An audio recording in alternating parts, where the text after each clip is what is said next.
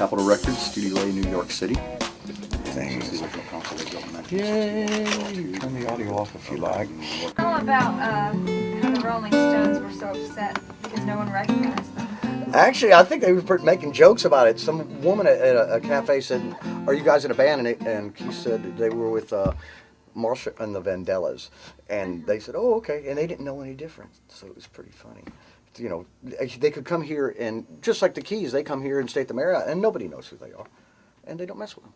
So they get here and they get to work. Is that why you think people came here? What's your impression of why My impression, people came here to... 99% of it, to start with, and all through those 10 years that this was very busy, was Jerry Wexler. He's 100% built this town. Without him, there would be no Muscle Shoals. He was the sole person to bring every act that walked in this door. Well, what was it about the Muscle Shoals sound that made them so different from every other studio band? You know, they were chameleons. They could bring the staple singers here, and they could play R&B. And then they would bring Seeger in here, and they would be the same band, but different music. And it was amazing, where Motown would have to constantly swap out lead guitar players to get their tone. These guys didn't. They had 4 lead guitar players with the rhythm section the whole time in 10 years. And it's just amazing that nothing changes but the changes. The artists come in and they play and they work. They let the guys arrange their own parts. Paul Simon came here because he wanted to play with the 4 black guys that played on the Staple Singers sessions.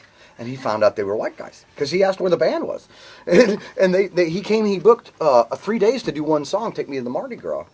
And they did that song in like a half hour. And when he left and did that, he brought Art Garfunkel back and did My Little Town. And then Art Garfunkel did Watermark. And it just kept rolling. Boss Skaggs. You know, one of the great reasons for me that I got when I got this building, actually the reason I bought it, was I met a guy named Eddie Struzik. And do you remember Eddie?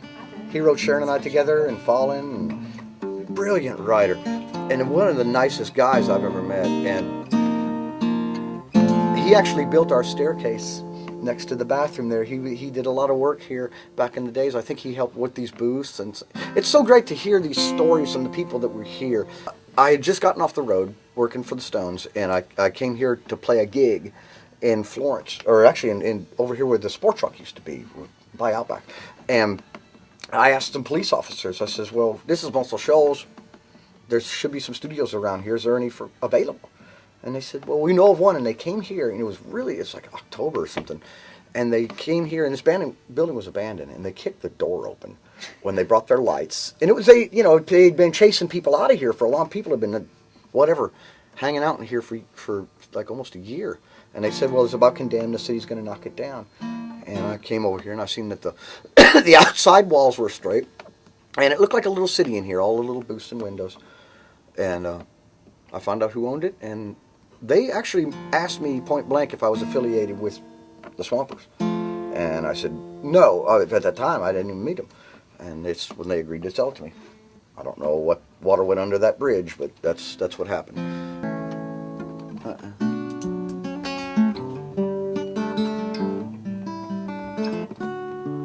That's it. He wrote it like a waltz.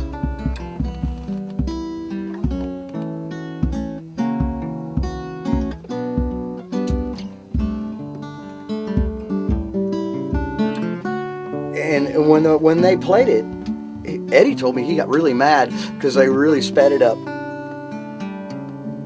And what's neat about it is they changed from the first verse. They went right into the chorus.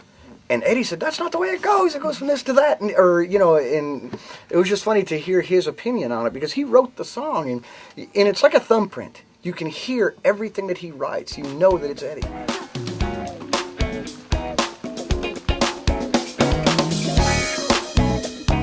The Alabama Music Hall of Fame is a celebration of many of the local artists who have come from the area, such as Nat King Cole, Hank Williams, Wilson Pickett, Lionel Richie, Martha Reeves, and many more. And here's not.